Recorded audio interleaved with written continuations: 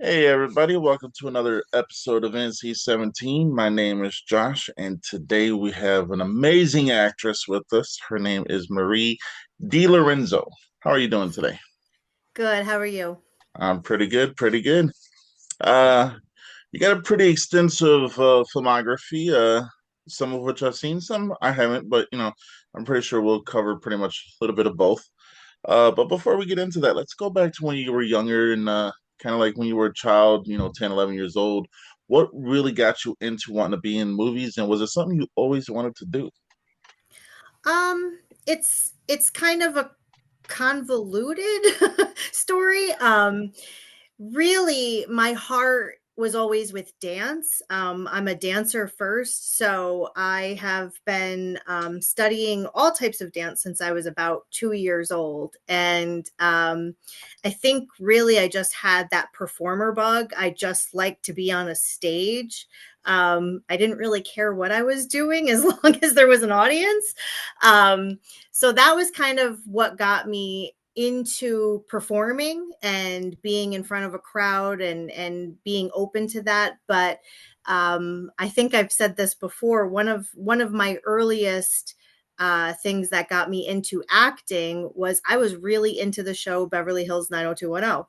And that was kind of my awakening as a child, that these were actors and they're getting paid to pretend to be high school students. And I was just really, really involved with that show and obsessed with the cast and learned all about them. And that was kind of the awakening that this is a career. This is something that you could actually try to do. And this isn't just real people with a camera following them, which is what I thought prior to that.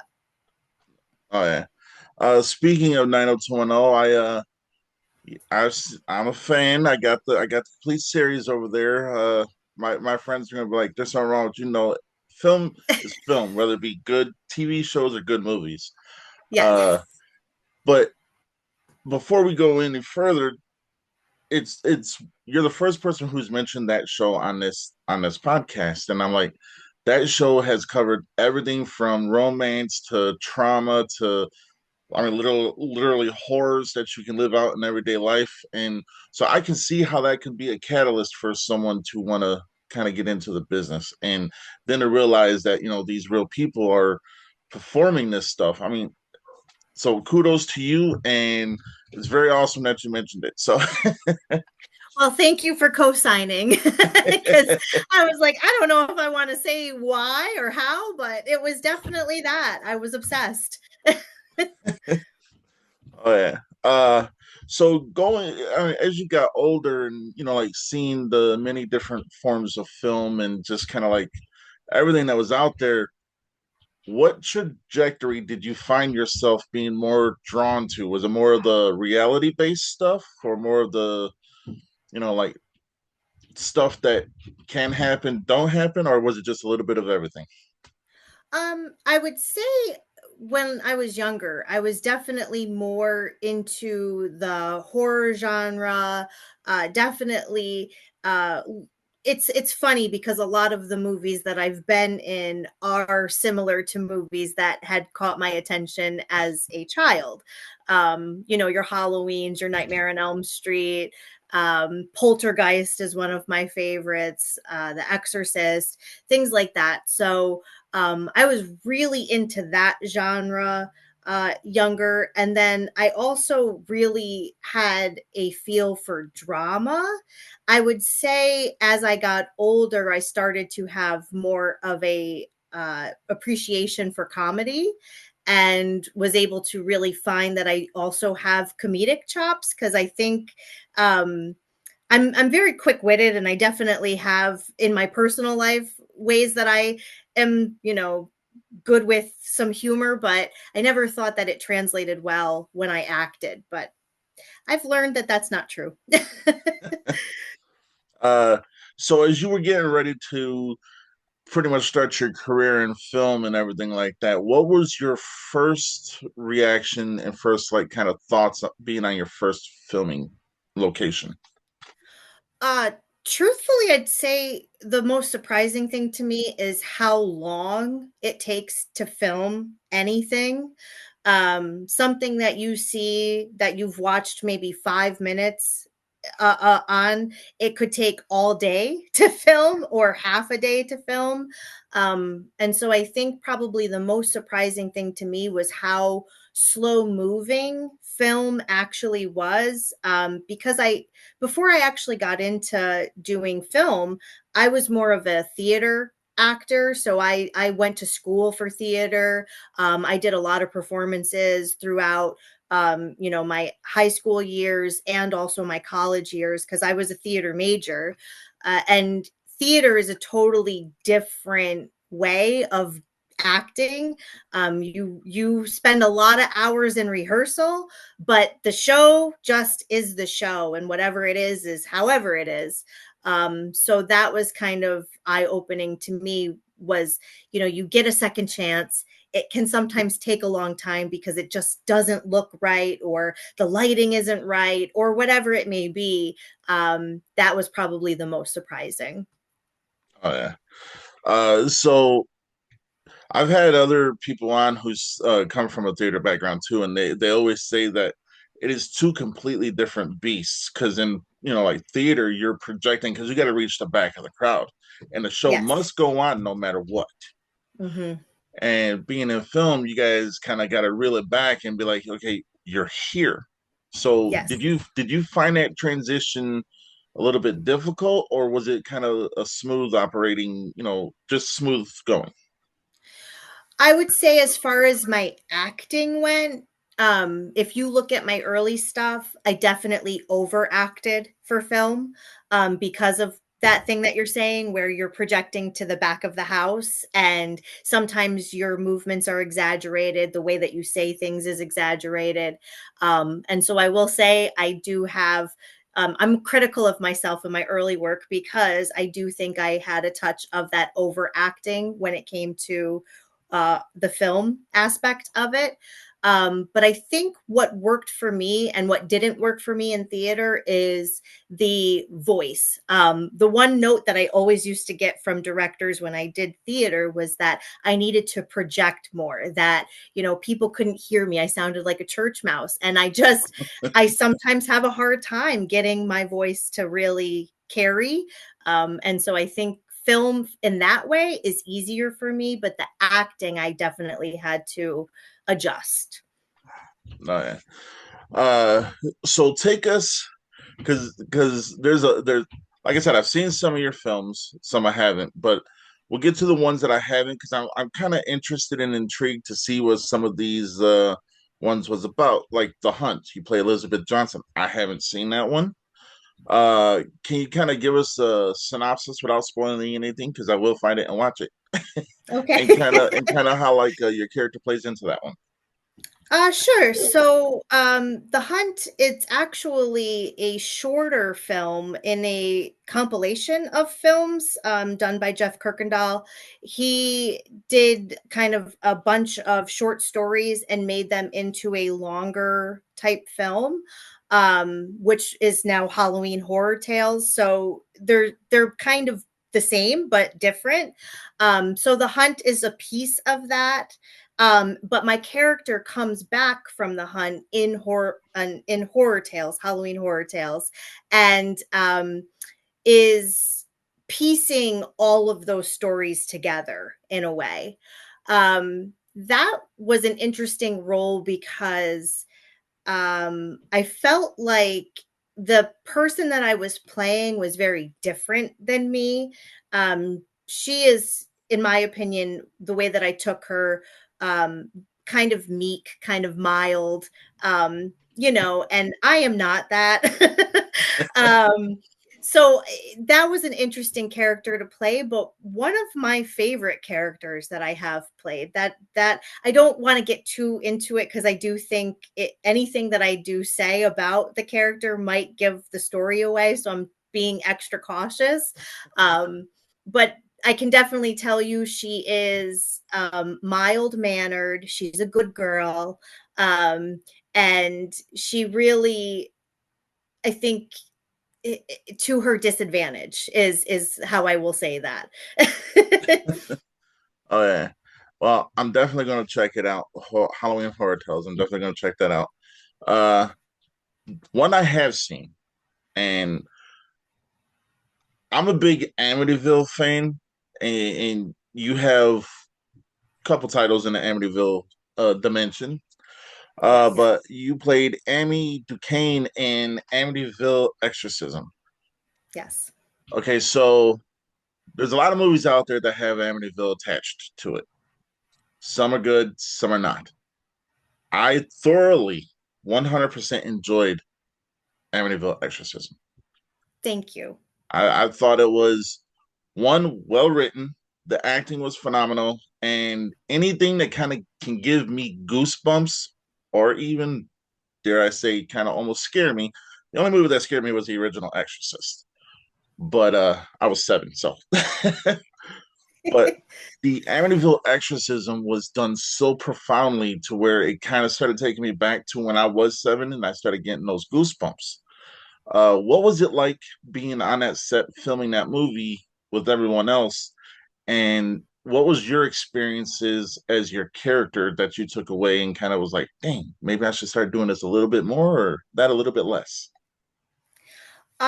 The one thing that I will say, and it probably it's going to be interesting to kind of give you the behind the scenes of that shoot.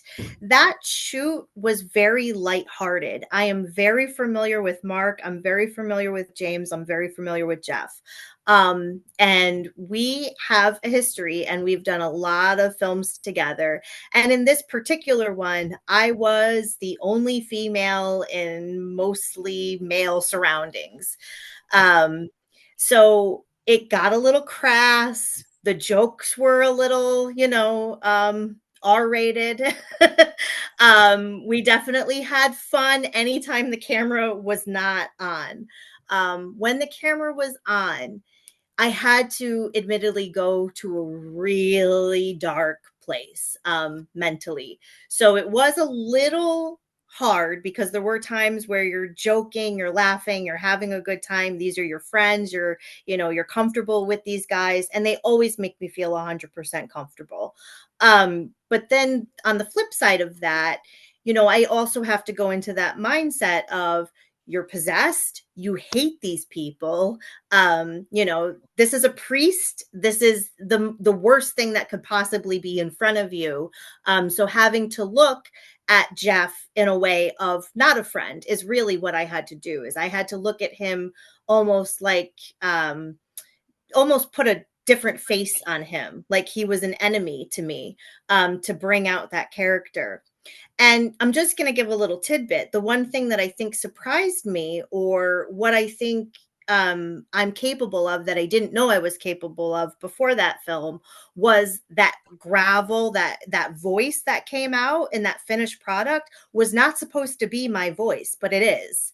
I'm assuming there's some enhancement to it, but it's definitely me doing that the entire time, which I think surprised even Mark. I think he thought he was going to do most of that in post and realized, wow, I don't need to. Oh yeah. So I'm a nitpicker when it comes to movies. I think we all are in some way, Yeah. but the only time I will never nitpick a movie is if you get a good beginning, middle, and end, because then it's like what I have to nitpick is pretty much did it go too long, did it not go too long. So with this one, I didn't nitpick too much. I think there was just the right amount of, call me crazy for the movie it was, but there was just the right amount of heart and horror mixed together Yeah. that the beginning, middle, and end made me feel 100% satisfied. Yes. Thank And you. oh, you're welcome. And there's very few movies out there, especially when it comes to people who you're not familiar with. You know what I'm saying? Like we all know our Jamie Lee Curtises and our Linda Blairs and all them, but I'm more taken aback by the people in the independent scene because you guys are doing it in a higher like a higher rank, but in a lower register, if that makes sense. And I don't mean by like low budget or anything. What I mean is you guys are doing it with real emotions when Hollywood's doing it with money. Yeah. You know. Yep. So, but I will tell you this: you scared the ever living hell out of my wife. So Oh, thank you. that's uh, awesome. That's actually a really high compliment. So thank you. she not so much of a horror fan unless it's like killer clowns, but every now and then we have a deal. I'll watch one, she'll watch one. So I made for Hmm. sure that this was one she watched. Thank you. uh so I do want to touch on the other Amityville you have, but we're gonna go backtrack a little bit because you played a character named Jada.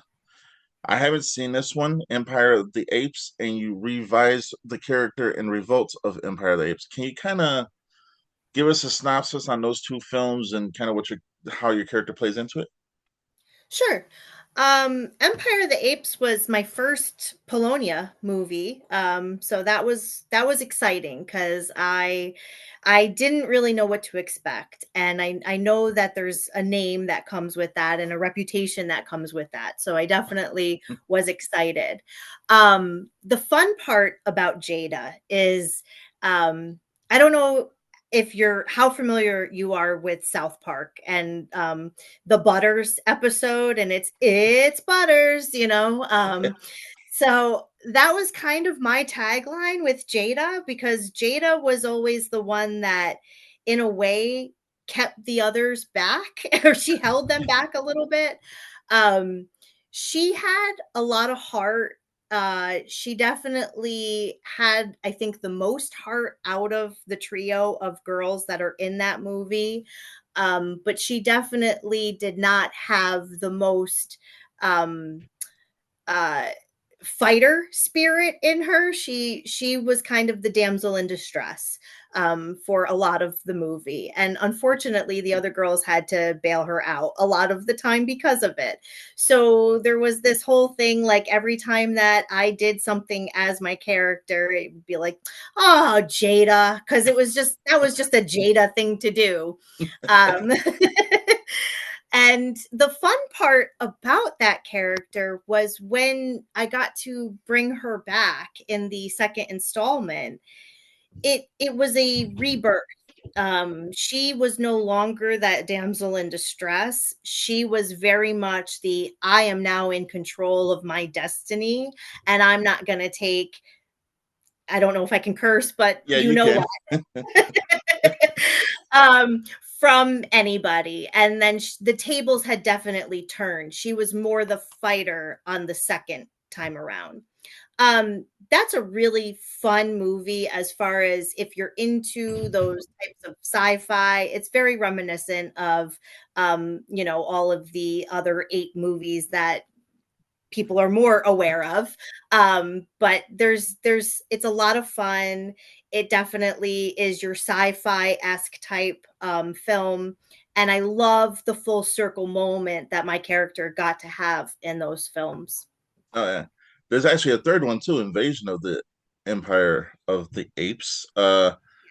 So doing all three of those, playing the same character, so like you just said, it was kind of like a full circle moment. Do you hope that in the future you get to do more roles like that, where you cover multiple movies and it's like you start out a certain way and then you never want to go backwards. You don't want to start out as a strong character and then go back to being the wimpy character. I mean, Right. I've seen it happen though. But is there or do you hope to be able to do more movies like that? I do. I think it's always fun to revisit your old characters, especially if they have some type of character progression that you can kind of go back to them with a different lens and think about how would they react in these situations, in the time that has passed, in the experiences that they've had, which was definitely how I treated that role with Jada.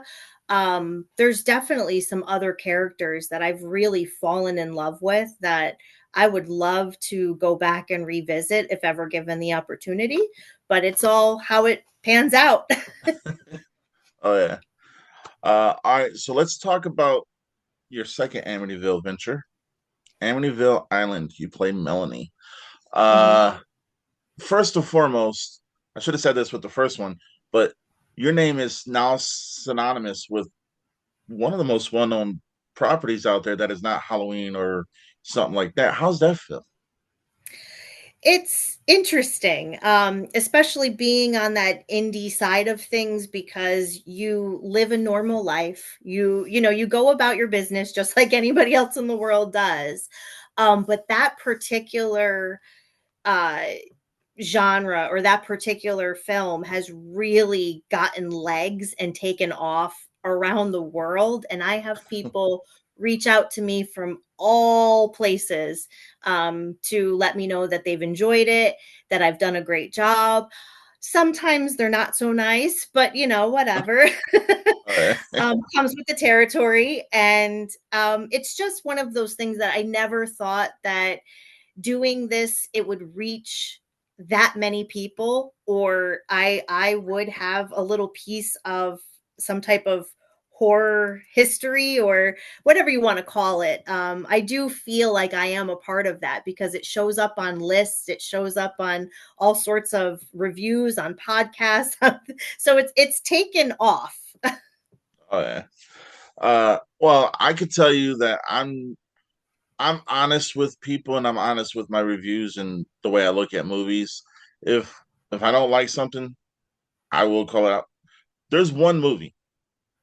I don't care. You could do the crappiest movie in the world. There's one movie that will always be worse than that movie. That's a movie called The Telephone, and it starred Whoopi Goldberg. I've Yeah, never that. seen it, I've never even heard of it.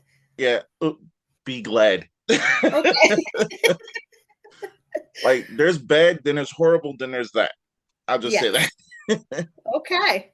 But Amityville Island, albeit a different take on Amityville, but kind of still familiar in a way. So kind of walk us through that and your experiences on that one.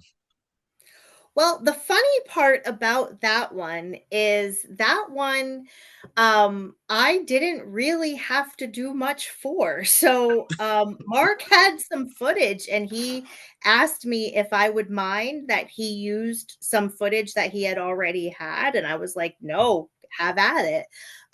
So the funny I'm sorry to spoil it. I feel like I'm telling insider secrets that I shouldn't tell, but I I really didn't have to do much for that one because Mark is a genius and he had footage that he was able to make work for a new installment.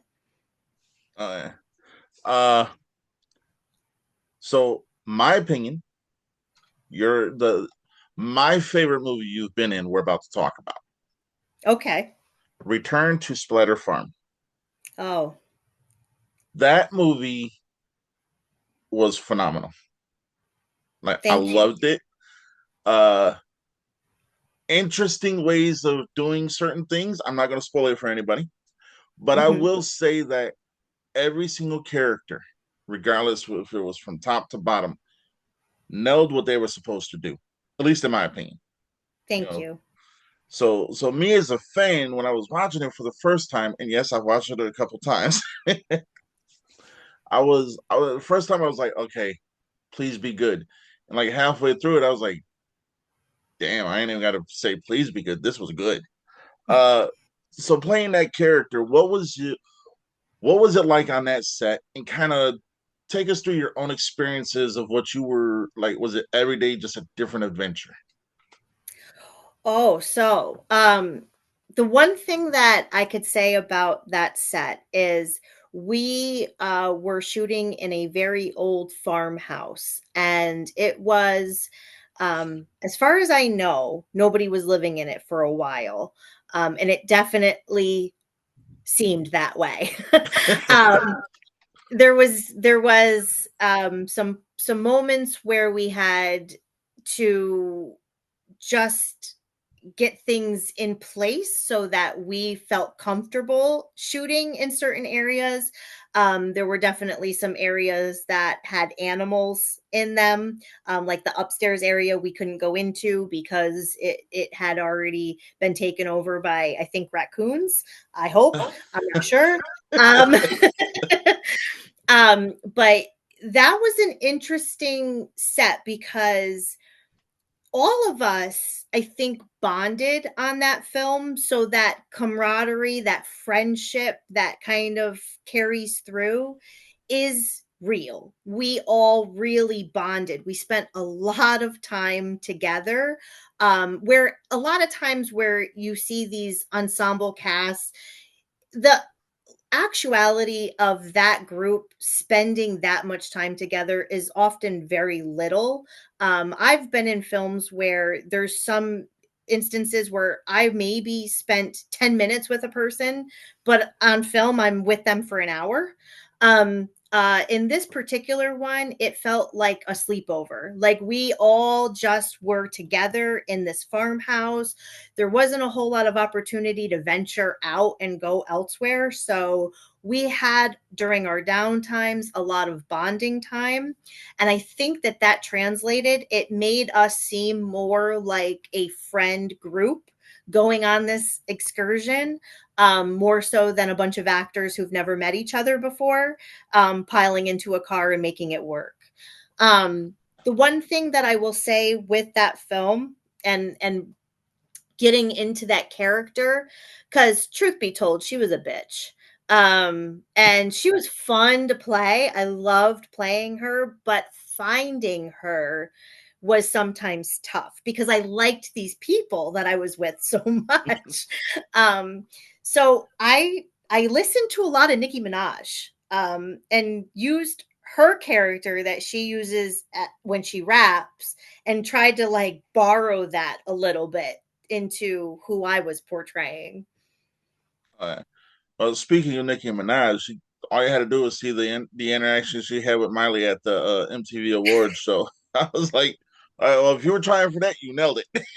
That was, that persona, that person was who I was trying to capture. It's like the boss bitch, the one who knows who she is, knows what she wants, isn't going to compromise for anybody. And that was how I kind of saw that character.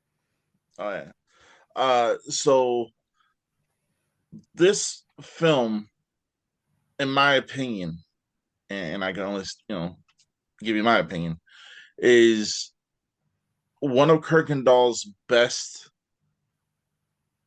movies out there, at least in my opinion. Because it seems like every single person, again, I'm going to say, just hit all their marks. And the chemistry between every single person in that film seems like you said, it was a family. Hmm. Uh, some very interesting ways of people to get killed. Yes. Some that again, I'm not going to spoil anything, but One what of was it? my favorite death scenes that I've had. I'm just going to say that. It was pretty rad. So in being in Kirkendall's films, do you find that it's more familiar because you guys are friends and you've worked so much together, or do you find that sometimes, because every story is different, but do you find that sometimes it's a little bit harder to get into a certain character, kind of like this one, because you were like, you had to imagine being someone else to even pull it off, which speaks volumes to you because you're a character actor, which is a good thing. So on Kirkendall's movies, do you find that every single character he gives you or that you get is just kind of like all different, but somewhat kind of like in the same realm of being familiar? There we go. To a point. I think I think that there's been some times where I am often the ingenue. I'm often the good girl. I'm often the one, like I said before, the Jada character, the damsel in distress, the one who needs a lot of help. I think that once I did Amityville, I think that opened up Jeff and Mark's eyes and I'm speaking for them, so maybe not. But I think that's when they started realizing that maybe I could do different bitchy type characters too. Um, and so I will say that they both are really good at challenging me. They give me things that sometimes when I read the script, it takes me a little while to find the character. Um, I won't go too far ahead because I don't know what other films you're going to bring up, so I'm not going to pull in anything else. But I do think that there have been a couple of the scripts that when I have first opened them up, I've really struggled. Like, how am I going to find this person? Who is this person related to my personality? And can I pull it off? Um, I think that I can pull off um, the damsel in distress. I think even when I was in theater, that was kind of how I was tagged. I was always the good girl. And I'm finding now in my years of doing this that I get to play a little bit more, and I like that. I'm kind of all across the board now. I will play that ingenue character, but then I'll also play, you know, the badass character. And then sometimes I'm also playing an in between of that. And now finding some new nuances in some other characters. As I said, I'm not going to say too much, of people that are so beyond who I am, but really, really fun to tap into. Oh yeah. Uh, so the next character I want to talk about is Jody, Okay. Sister Krampus.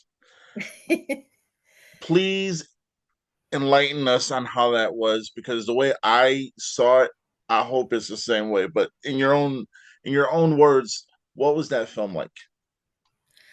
That one was it was odd. And the reason why it was odd is because that was on the heels of the whole world shutting down. That was right on the cusp of when things started kind of opening back up and people were starting to feel comfortable getting out in the world again after COVID. So I was admittedly out of practice. It had been a couple years since I had done anything acting wise. And it felt a little like, am I ready? Am I okay to do this character?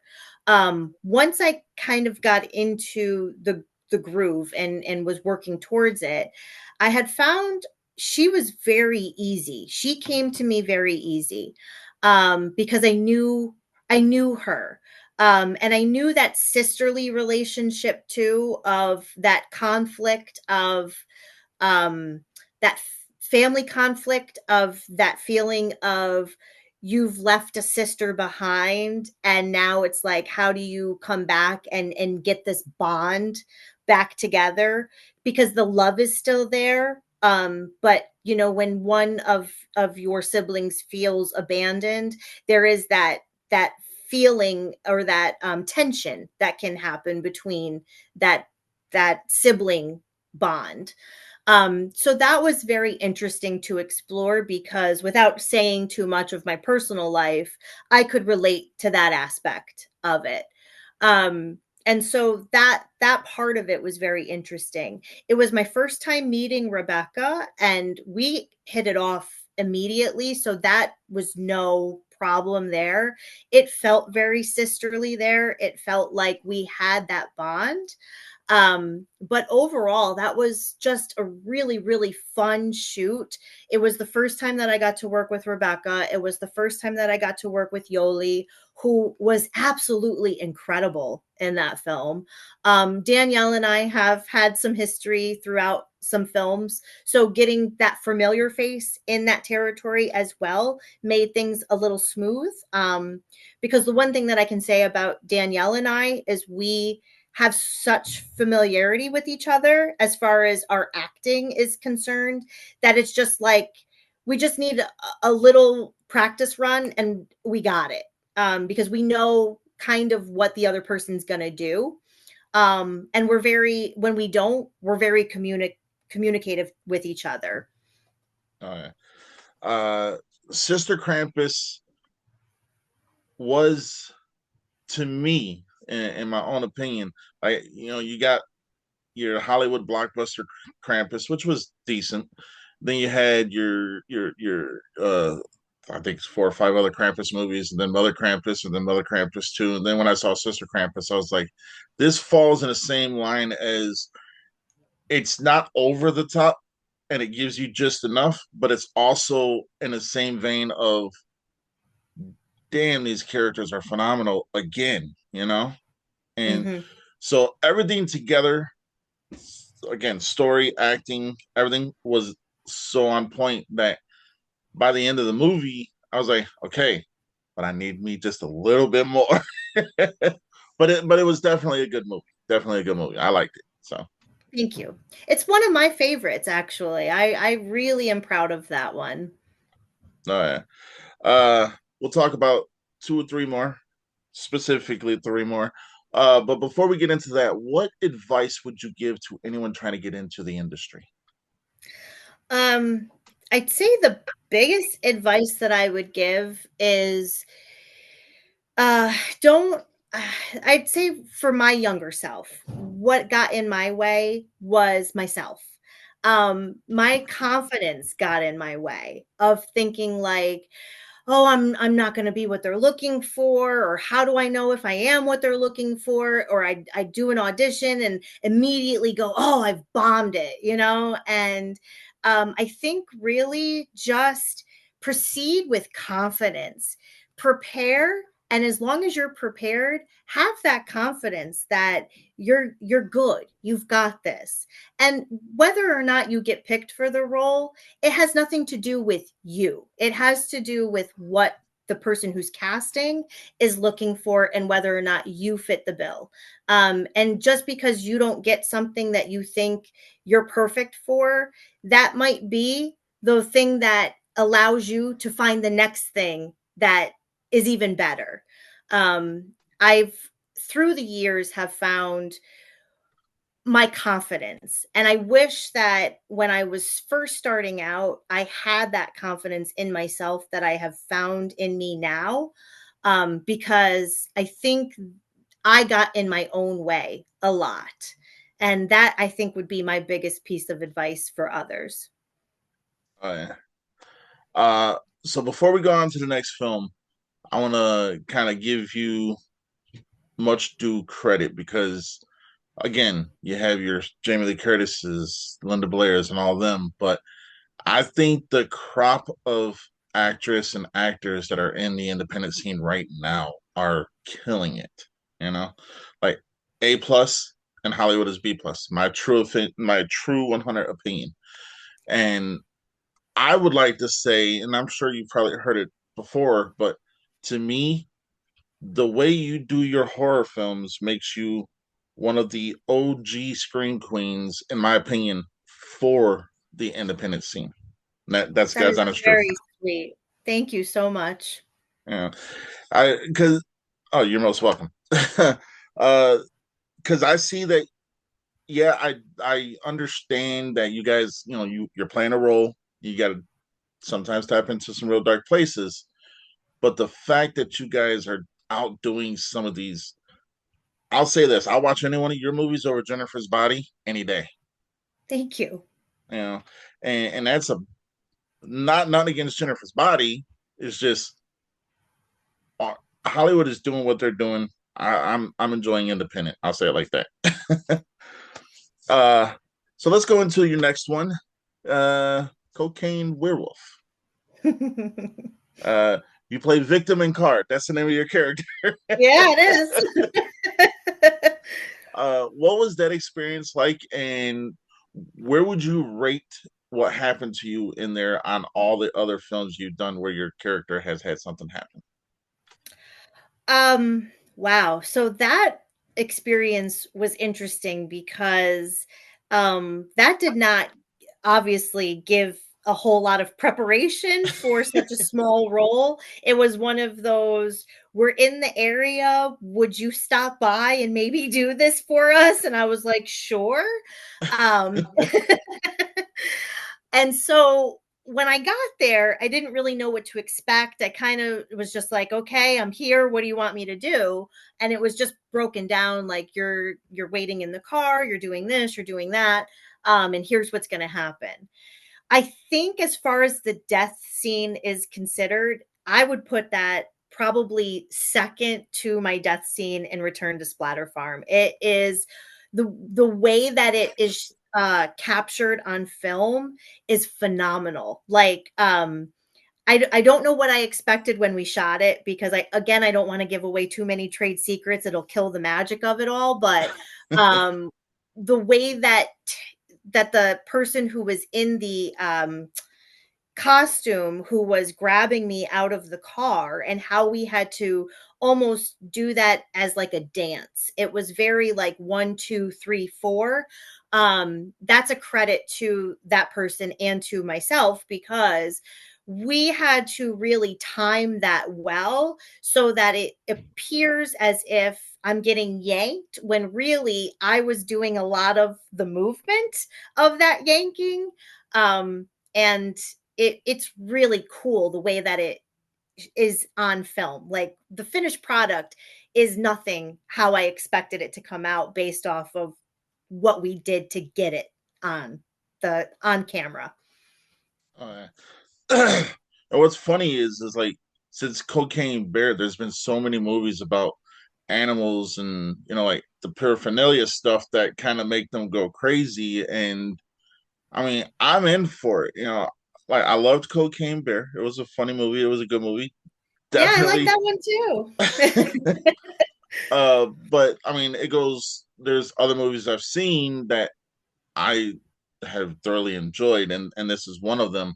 To where I'm like, I'm rooting for this evil entity, if you want to call it that, to kind of succeed. But I'm also rooting for certain characters. Let's face it, in every movie, there's characters that need to be killed. Yes. Yes. But in a way, I'm like, well, don't hurt the animal because it don't know what it's doing. Well, werewolves normally know what they're doing, but whatever. But it was a phenomenal movie, and again, you're kind of attached to another kind of like genre, subgenre, to where now you can say I'm synonymous with this, and Yeah. that's awesome. I Uh, will say that one is getting its legs as well. It's really moving in ways that I did not expect when it was, I picked up the phone and yeah, sure, I'll be down. oh yeah. Uh, my second, maybe even close to being tied with the first that I would say. Now I've only seen the trailer, and this is what I'm saying by second favorite, just because I love a good Chainsaw Massacre. you play a Penny in the last Chainsaw Massacre. What was that like? And I've only seen the trailer. I haven't seen the whole thing, so don't spoil now. But give us a synopsis on that and just how your character plays into it. So that one is, I think, going back to my roots as far as when I was telling you how very often I'm cast as the ingenue damsel in distress character. I think she falls a lot into that realm. That one was interesting because it brought in some old favorites as far as actors and actresses are concerned, but also brought in a new fresh face, couple of characters as well, or couple of actors as well. And so that one was my first time working with a few of them. And funny enough, I've worked in later installment movies with those actors again. And we are now starting to find that rapport with each other. That one was really, really fun. It, I think if you are a fan of any of those 70s or 80s horror films, it really lands right in there as far as it could stand up with all of those favorites, I think. Um, I really, really enjoyed playing that character. I really, really enjoy that movie. Admittedly, there's times that I will throw on one of the films I'm in just to see the finished product. I'm not like in love with myself where I want to see myself all the time.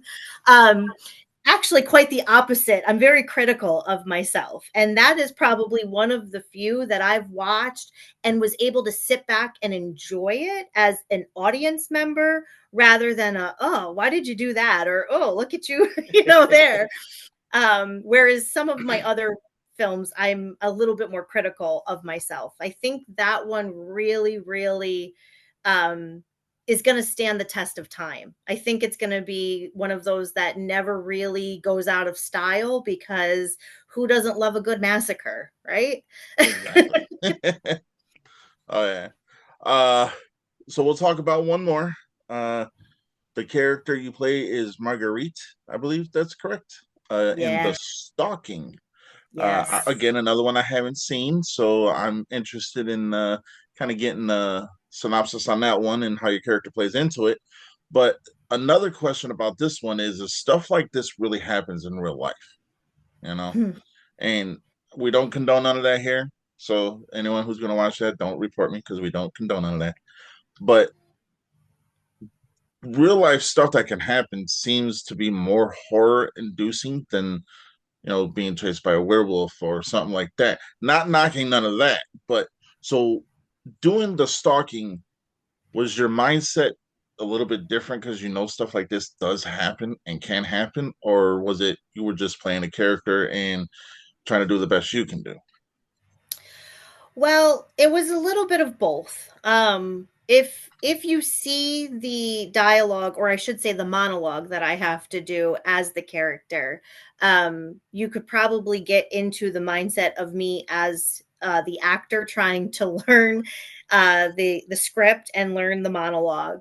It's a big word salad, so that was difficult for me because there is a lot to say that doesn't cohesively make sense together. So it's not like a dialogue where you're speaking, I'm prompted by something you say, and now I respond.